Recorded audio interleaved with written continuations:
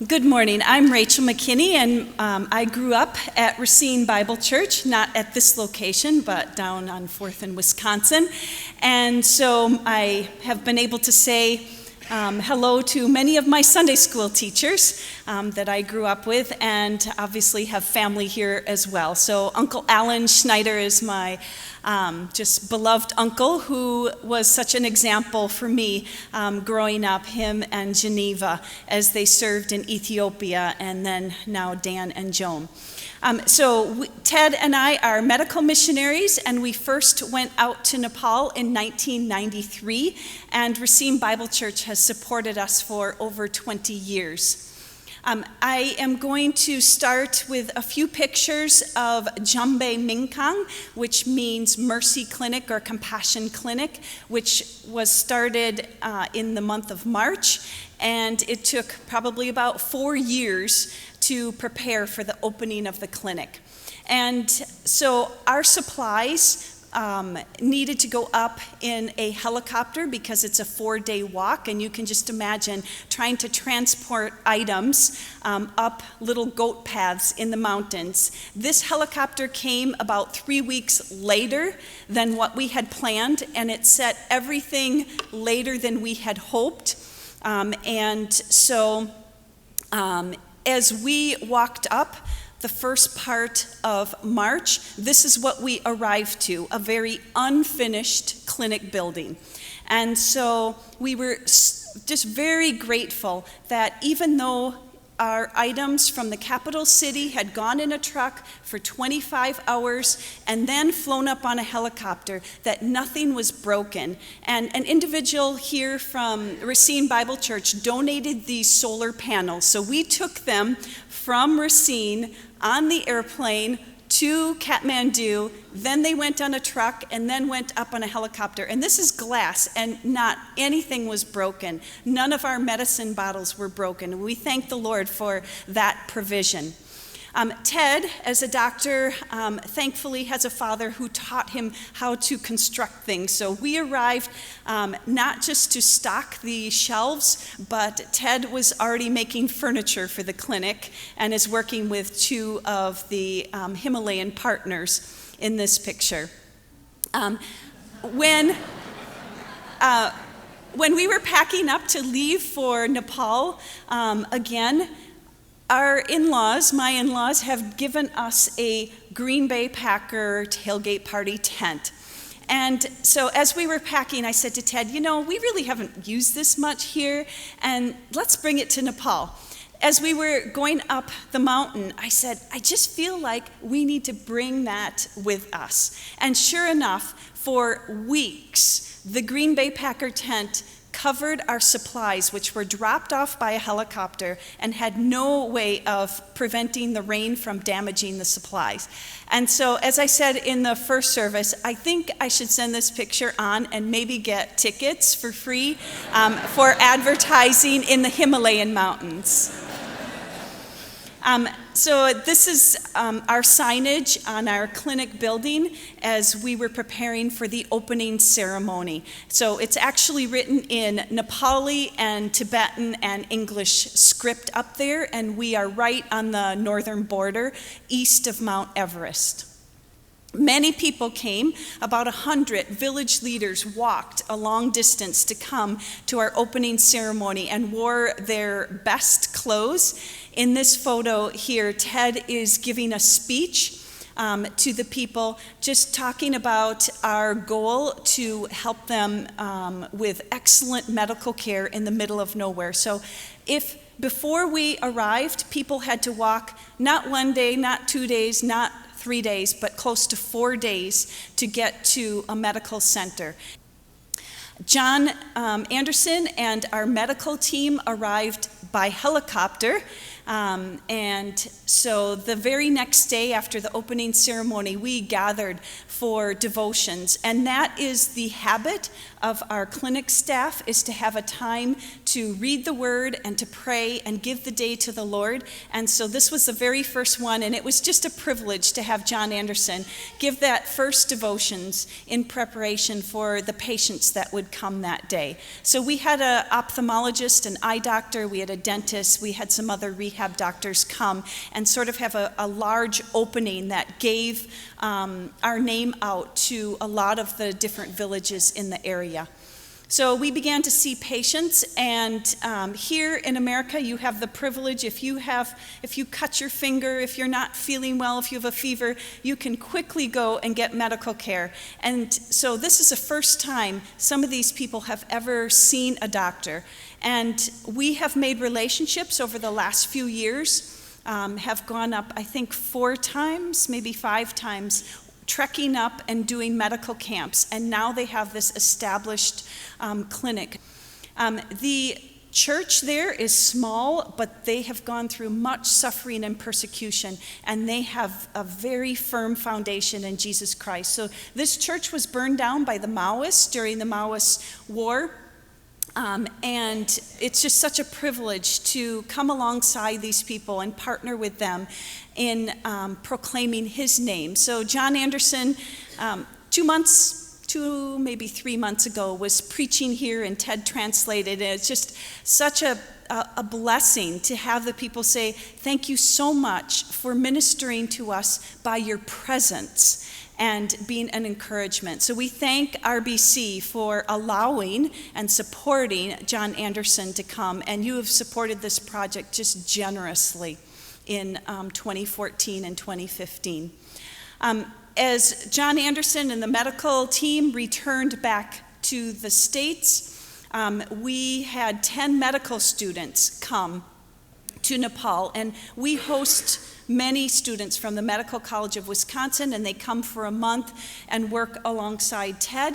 And April 25th, we were actually in church, and it was 12 o'clock, and the message hadn't even started yet. For the first hour and a half, we sang and prayed and praised the Lord, and the pastor was just about at noon to get up, and the earth began to shake.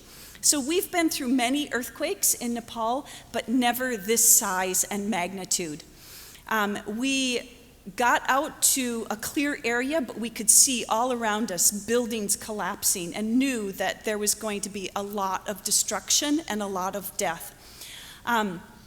As we finally got home that day after church, we found that our roof had collapsed with our big water tank. So this, you may not be able to see from this photo, but we're talking tons of cement and brick and these huge water tanks. And we were very aware of God preserving our lives, because if this had happened at night and we had felt the quaking, we are taught, get out of your building, because the buildings are not made very well in Nepal.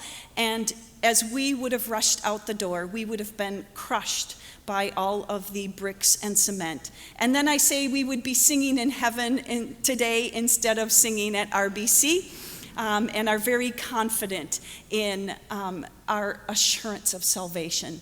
So this, as we were coming back, we took some photos. This is the firehouse right close to our house, which sustained quite a bit of damage. And the very next day, after a major earthquake like this, you ask, so what should we do? And I went out to some of the tented camps, just bringing medicine and supplies. And here in the picture, a young man had fallen down the steps as he was trying to get out of the house and sprained his ankle. So just simple, touching people, listening to their stories, and showing a lot of compassion with the hurt that they just sustained. Ted spent the next 10 days in the intensive care unit at the hospital, teaching the medical students and helping those that had more serious injury afterwards. The tented camps are an issue right now, and so if, like, in the States, maybe for a day or two after a crisis, there are pictures and stories. But now that it's 2 months later, it's kind of lost in the next crisis in the world. And so if you remember the Nepali people, there are still 2.8 million people that are homeless and living underneath these plastic tarps. And they do not have insurance, automobile insurance, they don't have house insurance, and so what they lost everything. And for us here in America, it is a privilege when we have a fender bender, when we have a tree fall on part of our house, that we have insurance that will help provide. And I know sometimes it's a frustration, but you do have that. And so if you remember the Nepali people, 9,000 people lost lives, so many people were touched by that. And the earth continues to shake. So there have been over 300 aftershocks, over 4.0, in the country of Nepal since that first one. And Ted and I were there for 10 days afterwards and just felt the uneasiness of the ground continuing to shake.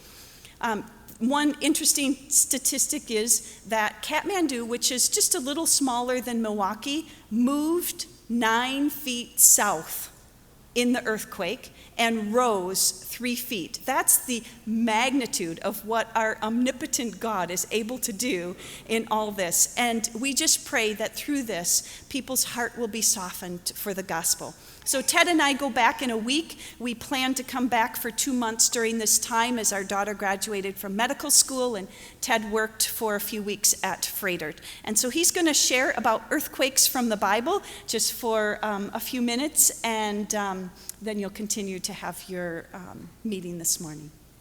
We have been sort of reflecting on earthquakes because it's been such an event that's shaken up our lives, if I could say that. And this will be sort of like hors d'oeuvres before your message today. Just a little reflection on what the Bible has to say about earthquakes. So we were looking at Psalm 46, one of many passages that talk about earthquakes. This is a really familiar passage that says, God is our refuge and strength, a very present help in trouble.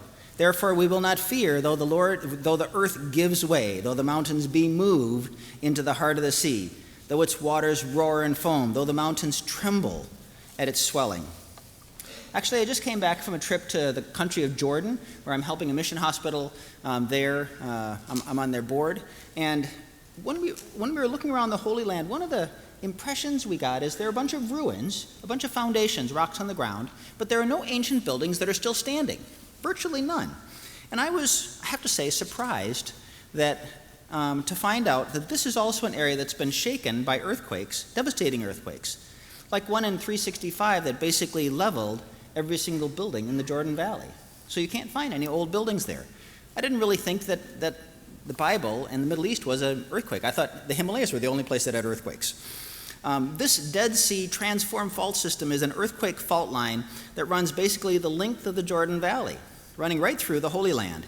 One author said, no other region on the earth has such a long and well-documented chronology of big, devastating earthquakes. For all of biblical history, they have known about earthquakes firsthand. They've experienced them. Some of the best history of the earthquakes actually comes from the Old Testament documents, as well as now corroborated by geologic studies. The Bible mentions dozens of times earthquakes, usually referring to God's judgment, a pending judgment, or the end times, or some special spiritual activity that's going on. You'll remember Moses when he received the law at Mount Sinai. It says, Mount Sinai was covered with smoke because the Lord descended on it in fire.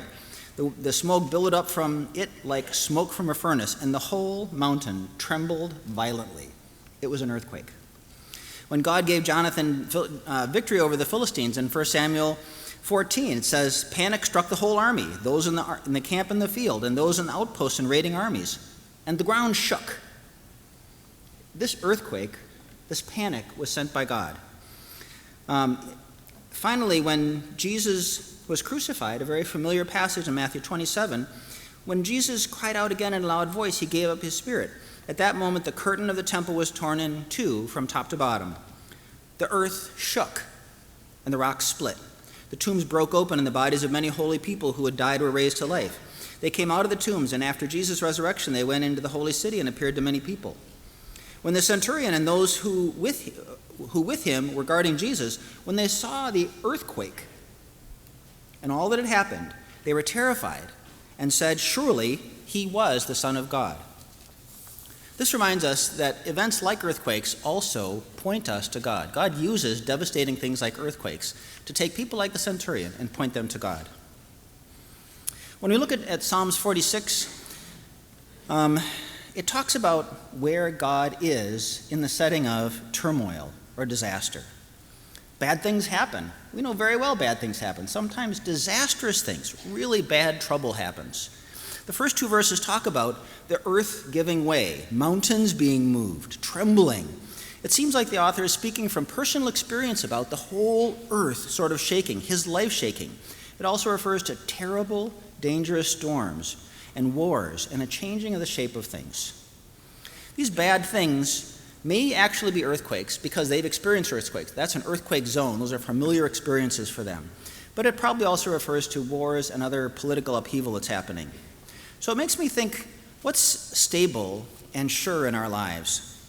I think oftentimes we're lulled into thinking that a relationship is what gives us stability, or it's our house, or our job, or a talent, or maybe our country that will be like this forever. We can count on it. We can trust in it. It'll be good. It's always there. It just isn't so. The passage says, God is our refuge and strength. He is the one who is a very present help in times of trouble. This passage, of course, implies that the writer has personal experience with God and with help in times of trouble. He needed a refuge and strength, a very present help. The real earthquake that we went through has reminded us of how weak and powerless we are. We saw houses destroyed everywhere. There are places villages where whole districts where 90% of the houses are flattened. And we knew death was all around. This passage, Psalm 46, doesn't tell us to be strong. It says God is strong and that we need to rest in him when we feel weak. In a real earthquake, refuge is a problem. Where can we be safe? You go out and say, every house is broken, everything is shaking. Sometimes there are actually big cracks in the ground, like a road is completely cracked. And so we look for places that are safe amidst the destruction. In our case, it was a wide open area where we could go where we were pretty sure that bricks and other things weren't going to fall on our heads. Of course, in biblical times, they were looking for cities of refuge where they could go if they were being pursued, someone was trying to kill them. These were formal places, a city where they could go with inside its walls where they would be safe and protected. This passage reminds us that God is our ultimate refuge. He is the one who can hide us. He is the one where we'll find love, especially when everything feels like it's coming undone and shaking and everything undependable. Sort of like the Bible talks about an eagle spreading its wings over its young. That's the kind of protection that God promises to give us. One of the sweet things about this passage is it says that God is present, especially in devastating events. 4 times it says in this psalm, it says God is present. He says, a very present help in time of trouble.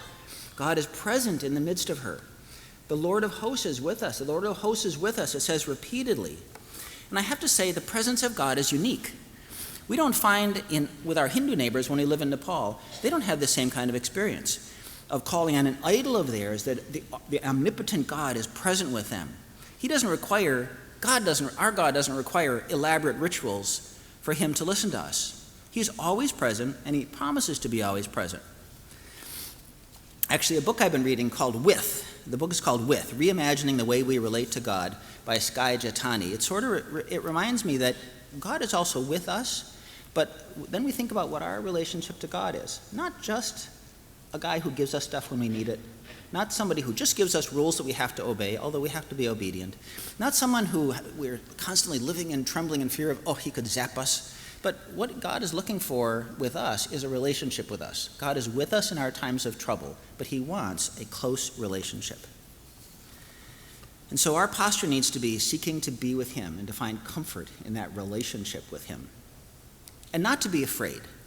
Fear, linked with anxiety, is a universal experience. Certainly in a real live earthquake that we've gone through, it produces fear, and for many, the fear and anxiety is almost impossible to remove. You can't wash it off, and it seems to cling to you like a stain. And they say, is there going to be another earthquake, and what am I going to do, and what about my kids, and my house is ruined, and what about my money, and all these waves of anxiety and fear come through. But verse 2 says, therefore we will not fear. The reason we won't fear is because God is our refuge and strength.